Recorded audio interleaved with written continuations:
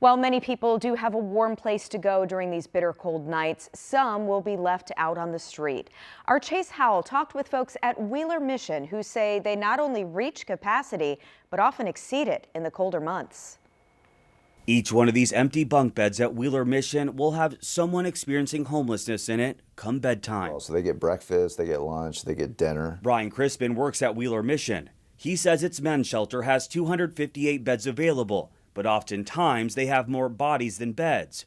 For example, Monday night, the mission housed 332 men, causing 74 guys to grab a mat and pick a place on the floor to sleep for the night. Meanwhile, over at the women's shelter, Crispin says they have 209 beds available, but same as the men's, the need for a place to sleep usually exceeds that. So when it comes to families, you're talking sometimes those are 4, 6, 8 people in a group, a family with kids.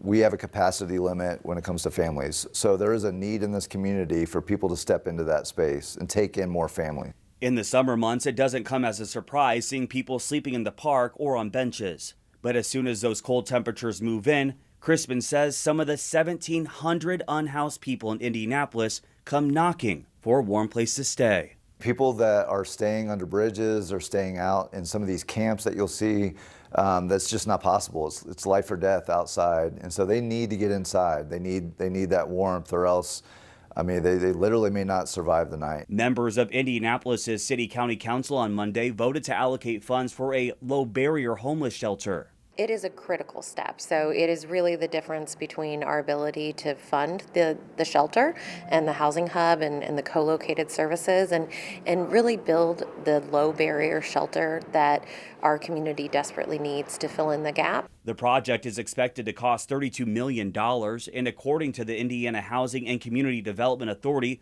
will open up 150 additional beds for those in need, something Crispin welcomes. Piece by piece, when we're all working together, people can be served. Construction on the low-barrier homeless shelter is expected to be completed in 2026, with the facility opening in 2027 over on East Georgia Street, near Fountain Square. Reporting in Indianapolis, Chase Howell, 13 News.